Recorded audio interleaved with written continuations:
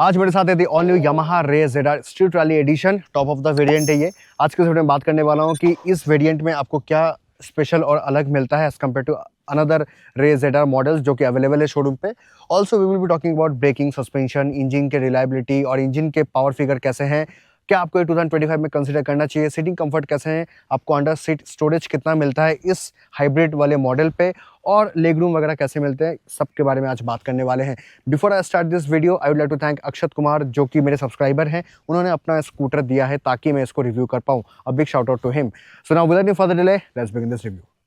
So this is the Yamaha Ray ZR 125 street rally hybrid edition. इसके दो variant आता है, एक आता है ड्रम हाइब्रिड के साथ और एक आता है डिस्क के साथ। एंड इसके कलर की बात करें तो black, grey, green, red white, मतलब रेड कलर के जो है एलॉयज हो जाएंगे, व्हाइट कलर के बॉडी, जो कि स्ट्रीट रैली वेरिएंट है, मतलब टॉप ऑफ द लाइन में यही दो कलर अवेलेबल है।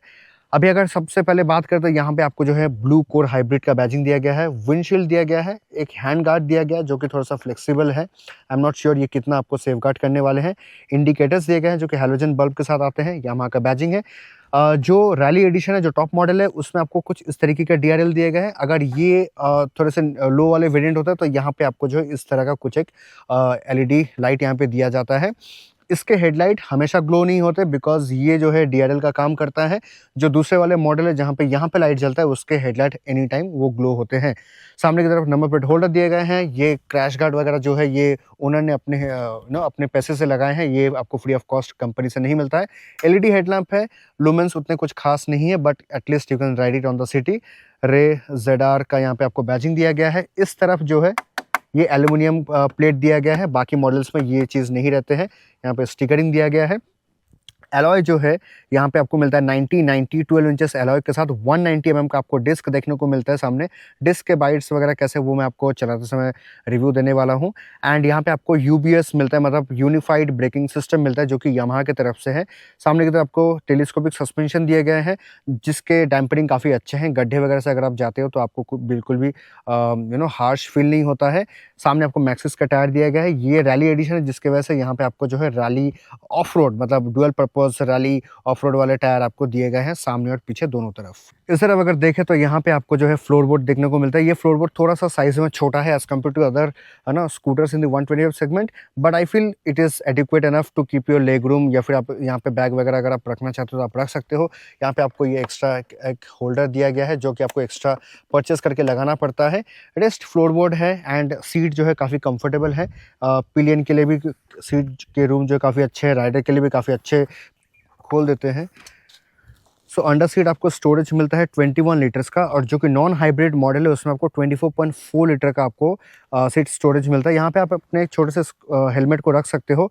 जो नॉन हाइब्रिड वाले मॉडल है उसमें आपको थोड़ा सा स्टोरेज ज़्यादा मिलता है बिकॉज हाइब्रिड मोटर जो है वो जगह ऑक्यूपाई नहीं करता है, जिसके कारण आपको स्पेस ज़्यादा मिल जाता है। आप यहाँ पे ग्लव्स वगैरह ये सब रख सकते हो। This is the Rynox urban pro gloves that I was using while review. E20 compliant है। ये चैसी नंबर वगैरह दिया गया है एंड यहाँ पे आपको टूल के नाम पे बस एक स्क्रू ड्राइवर और एक स्पैनर मिलता है। अभी अगर फ्यूल कैपेसिटी की बात करें तो यहाँ पे आपको 5.2 लीटर का फ्यूल कैपेसिटी देखने को मिलता है। 1.3 लीटर इसमें आपको रिजर्व मिलता है, जिसके वजह से आप अराउंड 50 टू 70 किलोमीटर्स आप अपने रिजर्व फ्यूल पे ट्रैवल कर सकते हो। माइलेज कंपनी क्लेम्स 51, बट आपको इन एवरेज 45 टू 46 या फिर 47 के आसपास आपको माइलेज दे देगा। जैसे कि मैं आपको बता रहा था कि ये स्ट्रीट रैली एडिशन है और ये टॉप ऑफ द वेरिएंट है, जिसकी वजह से आपको यहाँ पे कुछ इस तरीके के पैनल, एल्यूमिनियम के यहाँ पे पैनल्स आपको देखने को मिलते हैं। रे ZR जो है ये 3D में है। जो नॉन स्ट्रीट रैली एडिशन है उसमें आपको ये नॉर्मल स्टिकर में मिलता है। 125 का बैजिंग है। यामाहा का यहाँ पे आपको लोगों के साथ मिलता है। अब अगर मैं इंजन की बात करूँ तो ये इसको मिलता है air cooled 125cc 8.4 bhp 10.3 Nm of torque. Automatic है, CVT ट्रांसमिशन के साथ ये आता है। इंजन का परफॉर्मेंस कैसा है, क्या ये बाकी में बहुत पावरफुल है compare to the numbers mention in the pen and paper, वो हम ऑन द रोड इसको टेस्ट करने वाले हैं। उसके अलावा अगर पीछे बात करते हैं, यहाँ पे आपको मैक्सिस के टायर देखने को मिलते हैं 110 90 10 इंचेस एलॉय के साथ। ट्यूबलेस टायर्स आपको देखने को मिलते हैं और पीछे आपको जो है ड्रम देखने को मिलते हैं। ड्रम ब्रेक्स 120 mm का पीछे आपको ड्रम ब्रेक्स देखने को मिलते हैं। ब्रेकिंग कैसे हैं पीछे के और आगे के, उसके मैं आपको बात आगे जाके करने वाला हूँ। रेस्ट अगर इस तरफ देखें तो यहाँ पे आपको एक ग्रैब रेल दिया गया है। यहाँ halogen tail lamp, halogen indicator, reflector, number plate holder, crash guard दिया गया है और यहाँ पे आपको जो है फुटरेस्ट दिया गया है, ये आपको एक्स्ट्रा लगवाना पड़ता है। सस्पेंशन यहाँ पे वन साइड है, तो जिसके वजह से आपको अच्छा खासा सस्पेंशन द टेम्परिंग मिल जाता है। रेस्ट ये वाला पॉइंट जो ये गियर ऑयल का पॉइंट रहता है, यहाँ से आप गियर ऑयल डाल सकते हो। हमेशा मैं रिकमेंड करता हूँ कि जब भी आप सर्विसिंग कराओ 5 to 6,000 किलोमीटर बाद गियर ऑयल हमेशा चेंज करवा लेना, जिसके वजह से आपका ट्रांसमिशन काफ़ी ईजी रहेगा। और आप मोटरसाइकिल को या फिर बाइक को जिसमें CVT है, अगर उसको आप अराउंड 4 साल 5 साल भी चलाते हो तो आपका इंजन में ज़्यादा दिक्कत नहीं आता है। साथ ही साथ यहाँ पे आपको डबल स्टैंड देखने को मिलता है, single session with auto cut off देखने को मिलता है। एंड इसके कुछ फीचर्स है वो मैं आपको बता देता हूँ। जैसे लास्ट पार्किंग फीचर क्या होता है, आपके मोबाइल में एप्लीकेशन रहता है, अगर ये स्कूटर बंद भी है और आप अपने मोबाइल से अगर टैप करते हो तो ये दोनों इंडिकेटर्स को ब्लिंक करते हैं, जिसके वजह से आपको समझ में आएगा कि आपका स्कूटर लास्ट पार्क कहाँ पे। कई बार होता नहीं, मॉल वगैरह पे हम लोग स्कूटर पार्क करके रख देते हैं, हमें पता नहीं चल पाता भीड़ में हमारा स्कूटर कौन सा है, तो वहाँ पे आप बस मोबाइल से टैप करोगे एंड उस तरीके से ये जो है अपना इंडिकेटर्स को ब्लिंक करेगा। तो ये आपको एक लास्ट पार्किंग ऑप्शन जो है, मतलब जो ये मैट्रिक लास्ट पार्किंग वाला जो फीचर है ये टॉप ऑफ द मॉडल में आता है। इसमें आपको पावर असिस्ट मिलता है। जब मैं उसको ऑन करूँगा, यहाँ पे आप देखो असिस्ट, ये वाइट कलर का ग्लो होता है। सो बेसिकली असिस्ट क्या होता है, हाइब्रिड इंजन है तो आपको एक अलग सा आपको टॉर्क वो जनरेट करके देता है जब आप एक्सीलरेट करते हो, मतलब जब आपको ज़रूरत है तब आपको ये फील होगा। आंसर बैक इसमें आपको मोड आता है, मतलब कॉल वगैरह आप आंसर बैक कर सकते हो। ये बेसिकली SMG के साथ आता है, मतलब स्मार्ट मोटर जनरेटर के साथ आता है, जिसके वजह से आपको जो है साइलेंट स्टार्ट मिलता है और पावर वगैरह आपको अच्छे से मिल जाता है। अगर हम स्पीडोमीटर की बात करें तो यहाँ पे आपको जो है odometer, trip A, trip B, fuel economy, average fuel economy 43 है, क्योंकि मैंने बहुत अच्छे से चलाया था इसलिए 43 है। अगर मैं और प्यार से चलाता तो शायद से 47, 46 के आसपास रहता। टाइम यहाँ पे दिया गया है, वी बेल्ट, ओडो, दैट्स इट। यहाँ पे आपको टैकोमीटर देखने को मिलता है, fuel gauge, speedometer, that's it. और यहाँ पे आपको मल्टीपल नोटिफिकेशंस, मतलब फ्यूल इकोनॉमी में चला रहे हो या फिर हाई बीम, लो बीम, वो सब आपको यहाँ पे देखने को मिलते हैं। हॉन्क, इंडिकेटर्स, पास लाइट, ये ऑटोमेटिक ऑन ऑफ, ये आप अलग से अपना हेडलाइट ऑन कर सकते हो इनकेस अगर आपको चाहिए। And this is the start button. मैं आपको एक बार स्टार्ट करके दिखाता हूँ। साइलेंट स्टार्ट होता है। तो ये थे कुछ इसके एग्जॉस्ट के नोट। सो अभी इस स्कूटर को चलाते हैं ऑन रोड और देखते हैं इसका परफॉर्मेंस कैसा रहता है। So now let's begin the ride review. So back on the road, so this is the all new Yamaha Race ZR. This is the street rally version. आज का वीडियो चलाने वाले हैं, देखते हैं कैसा रहता है इसका परफॉर्मेंस। साइलेंट स्टार्ट है एंड इसमें आपको मिलता है SMG, that is a smart motor generator. Basically जैसे कि मैंने फुल थ्रॉटल किया तो ये असिस्ट जो लाइट है वो दिखा रहा था, अब ये ग्लो होना ऑफ हो गया। मतलब ये आपको इनिशियली एक जो है आपको एक टॉर्क देता है, जिससे आपको ओवरटेकिंग के टाइम पे थोड़ा सा ज़्यादा कॉन्फिडेंस फील होता है। और यहाँ पे असिस्ट का जो लाइट है वो ब्लिंक होता है। Overall the engine is very silent. आप जब इसको 70-80 पे भी अगर आप चलाते हो तो you feel it very silent, किसी भी तरह का आपको कोई वाइब्रेशन फील नहीं होता है। बट जब मैं इसको सिटी में चला रहा था ना, व्हाट आई फेल्ट इज़ थोड़ा सा ना इंजन स्मूथनेस मेरे को दूसरे, अगर मैं 125cc कैटेगरी में अगर मैं काउंट करूं तो मुझे वहाँ पे थोड़ा सा ज़्यादा बेटर फील हुआ। जैसे जूम 125 हो गए, उसके अलावा एक्टिवा 125, ये दो स्कूटर्स के मैं रिव्यू कर चुका हूँ। तो अगर मैं इनके साथ कंपेयर करूँ तो of course engine wise they feel more smooth, but this is more powerful as compare to both the engines. थोड़ा सा आपको पावर आगे पीछे अलग अलग स्कूटर्स पे फील हो सकते हैं। इसको मिलता है 99 किलो वेट, जिसके कारण ये बहुत ही लाइट वेट हो जाता है। एंड अगर आप सडनली अगर आप इस तरह का अगर आप डॉज करना चाहो then it will become very easy for you. 99 kilo होने के कारण आपको जब इसको गराज से निकालना या अंदर करना होगा तो उस समय आप इसको ईजिली कर पाओगे। Brakings are really good. इसमें आपको कॉम्बी ब्रेकिंग आता है, मतलब मैं लैंग्वेज की बात में बात कर रहा हूँ, कॉम्बी ब्रेकिंग, जिसके कारण सामने के ब्रेक और पीछे के ब्रेक जो है दोनों इजीली जो है अच्छे से लग जाते हैं। अगर मैं सामने का प्रेस करता हूँ तो पीछे का लगता है, पीछे का प्रेस करता हूँ तो सामने के डिस्क में भी जो है हल्का सा ब्रेक अप्लाई होता है, जिसके कारण ज़्यादा कंफर्ट आपको मिलता है एंड कॉन्फिडेंस भी मिलता है। अगर मैं कॉर्नरिंग वगैरह में अगर मैं अभी जैसे मैं 70-72 में हूँ तो मुझे कुछ फील भी नहीं हो रहा है। Like I personally I am speaking about कि मुझे उतना फील नहीं हो रहा जब मैं कॉर्नरिंग वगैरह कर रहा हूँ।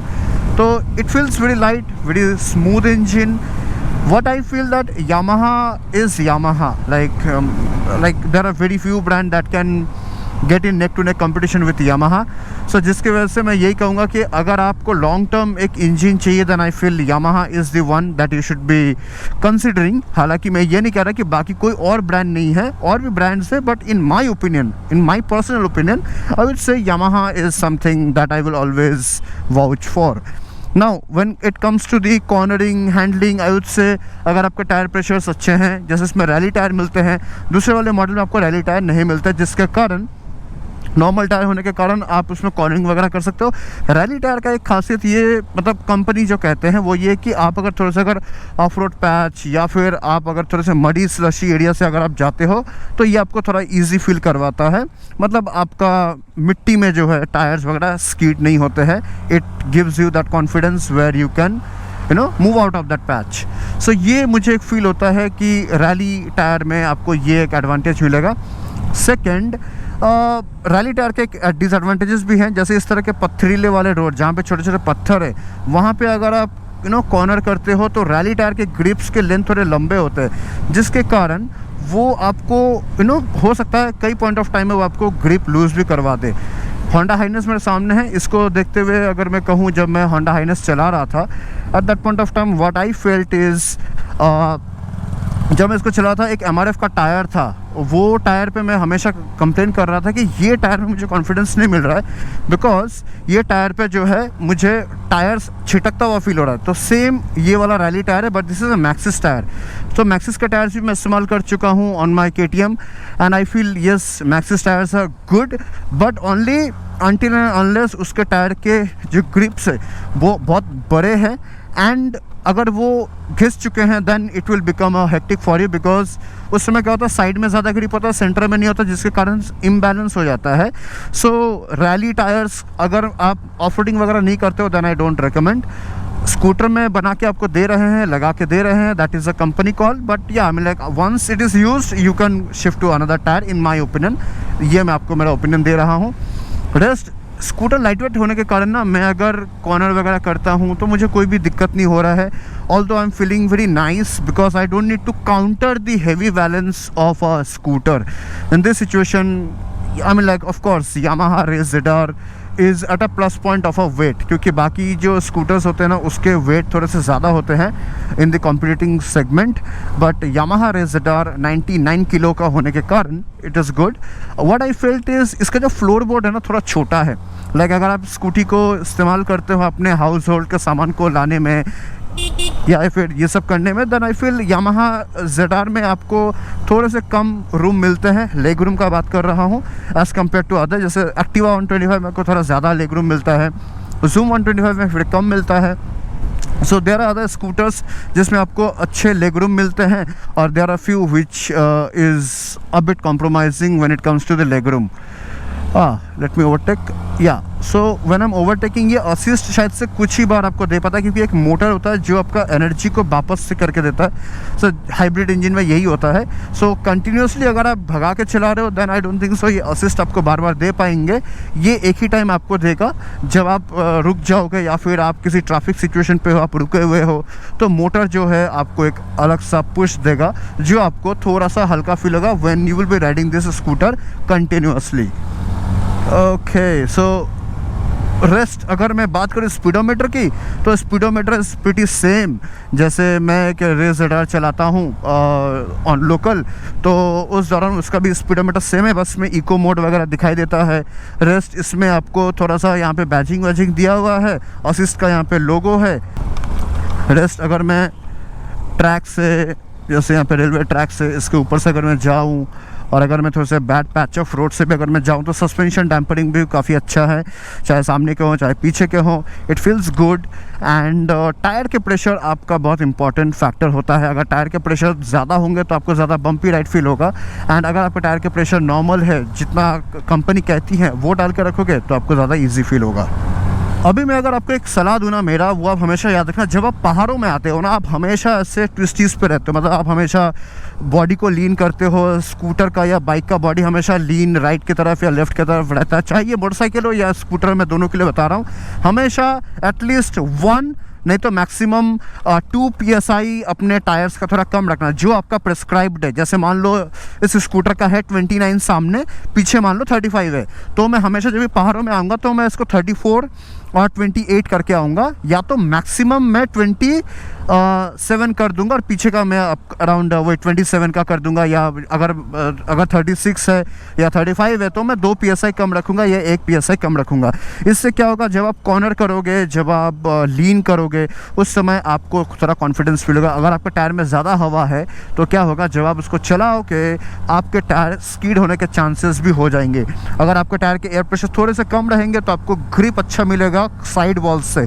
इसलिए हमेशा ये रिकमेंडेड है, जब भी आप पहाड़ों में चलाओ हमेशा आप जो है 1 या 2 PSI कम रखो as prescribed. Now if I talk about the seating comfort, तो सीट्स काफ़ी कुशन्ड है, काफ़ी स्पेशियस है, जिसके कारण आपको ये फील होता है कि यस काफ़ी अच्छा रूम है। अगर आप राइडर के साथ, पिलियन के साथ अगर आप ट्रैवल करते हो तो आपको, और साथ ही साथ आपके पिलियन को भी कंफर्टेबल फील होगा। सस्पेंशन काफ़ी अच्छा रहा इसके पीछे का, वो मैं डेफिनेटली बताऊँगा कि suspension is really good, softer side में है। अगर आप पिलियन के साथ भी अगर आप चलते हो तो जो स्विंगिंग है of the suspension, it is at a very adequate moment, जिसकी वजह से आपको कंफर्ट भी फील होता है। रेस्ट ब्रेकिंग के टाइम पे मैं कहूँगा कि हाँ, it is very comfortable brake, काफ़ी सॉफ्टर ब्रेक फील हो रहा है। अगर मैं यहाँ पे आपको पैनिक लिया, अगर मैं ब्रेक प्रेस करके दिखाऊँ, सी दिस, ABS नहीं है लेकिन टायर भी लॉक्स नहीं हो रहे हैं क्योंकि कॉम्बी ब्रेकिंग है इसमें, जिसकी वजह से आपको एक अच्छा सुकून मिलता है जब आप ब्रेक प्रेस करते हो। Peace of mind that yes your tyre is not gonna skid.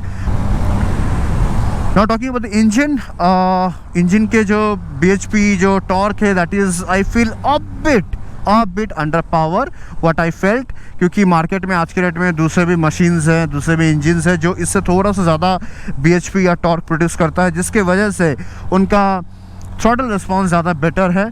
But वही यामाहा का एक इंजन ही है जो इसको एक ऐसा बैजिंग दे देता है कि यस, अगर आपके पास यामाहा का इंजन है then definitely you are gonna enjoy it. So Yamaha engines are very reliable, very long lasting as compare to other brands. There are very few who can match the level. Rest engine के power मुझे थोड़े से compromising लगे once I have ridden other scooters. अगर मैं पहले किसी और स्कूटर को चला के अगर नहीं चलाता, अगर वो स्कूटर नहीं चला के ये चला रहा होता तो मैं कहता हाँ यार बहुत अच्छा पावर है। But when I have ridden other scooters I feel that yes, ये स्कूटर में और थोड़ा सा अगर पावर दे देते यामाहा तो शायद से बात और ही मज़ेदार हो जाता। और क्योंकि इन फ्यूचर आप बार बार जो है स्कूटर वगैरह चेंज नहीं करता, आप you buy once and you ride a scooter for at least 3 to 4 years। And रहा बात पावर का, मैं ये नहीं कहना चाहूँगा कि बहुत ही कम पावर है। शायद से मैं एक ऐसा राइडर हूँ जो हमेशा टॉर्क की मशीन्स चलाता हूँ, जिसके वजह से मुझे ये स्कूटर के पावर थोड़े कम फील हो रहे हैं। But as I said, if I compare it with other scooters as compare to 125cc, तो आई फील ये स्कूटर जो है थोड़ा सा पावर थोड़ा सा डाउन फील होता है। सडन टॉर्क इसमें वो नहीं है, क्योंकि देखो अब स्पीड बहुत धीरे धीरे उठता है। कुछ स्कूटर से, जैसे Zoom 125 को मैंने चलाया था तो बहुत स्पीड में उसका जो है टॉर्क प्रोड्यूस होता था, जिसके वजह से वो 100-105 वगैरह क्रॉस करता था। ये 80 भी क्रॉस नहीं कर रहा है। So in my opinion that now this scooter needs some attention in terms of top speed, in terms of more power and grunt. The suspension is good, braking is good, overall the body handling is good, weight is really good, that is 99 kilos, and वो भी full tank के साथ 99 kilo. And बाकी चीज़ों का अगर मैं compare करूँ, हैंडलिंग, हैंड गार्ड वगैरह दिए गए, हालांकि हैंड गार्ड उतने कुछ कारगर नहीं है, सॉफ्ट से हैं, but at least they have given a hand guard. And yeah I mean like overall the machine is really good. अगर आप ये स्कूटर को ना घर के सामान लादने के लिए या फिर सामान इधर से उधर ले जाने के लिए अगर आप इसको इस्तेमाल नहीं करते हो, then definitely this scooter will be good. मैं ये क्यों बता रहा हूँ, क्योंकि इसका लेग स्पेस थोड़ा सा कम है as compare to other scooter. Rest अगर आपका ये रिक्वायरमेंट नहीं है, so back to see that trashes are on the road. अगर आपके पास ये वाले अगर रिक्वायरमेंट नहीं है, then definitely you can go for it. I mean like yeah, this was all about regarding the scooter, a good scooter with a good machine, a bit slight power improvement that to be needed according to me. Braking is really good, handling is good, weight distribution is good. और क्या चाहिए आपको, मतलब आप जब scooter खरीदते हो, आप जब कोई भी व्हीकल खरीदते हो तो आप यही सारी चीज़ें देखते हो कि हैंडलिंग क्या है, रिलायबिलिटी क्या है, सर्विस क्या है। सो ये सब Yamaha is making it really good. मैं ट्रैक के ऊपर से थोड़े से ज़ोर से इसलिए जा रहा हूँ ताकि मुझे पता चले कि हाँ exactly what ever I am speaking is that correct और नॉट, कहीं मैं कुछ गलत डिलेमा में तो नहीं हूँ। आई मीन लाइक क्या, with all that said, thank you so much for watching this video. आपको अगर कोई सवाल है आप मुझे कर सकते हो कमेंट सेक्शन में, I will try to help you out answering that. Till then like comment share whatever you want, and yes यहाँ तक देख लिया तो वीडियो को हाइप ज़रूर कर देना, it will help other people to watch my video. Yeah, and if you need any sort of consultation regarding scooters or any machines before purchasing it, then you can check my Instagram handle. Over there you will get to know, make a query, and then we can meet face to face during the consultation. With all that said, thank you so much. मिलता हूँ मैं आपको अगले video पे। Bye bye, ride out, ride safe.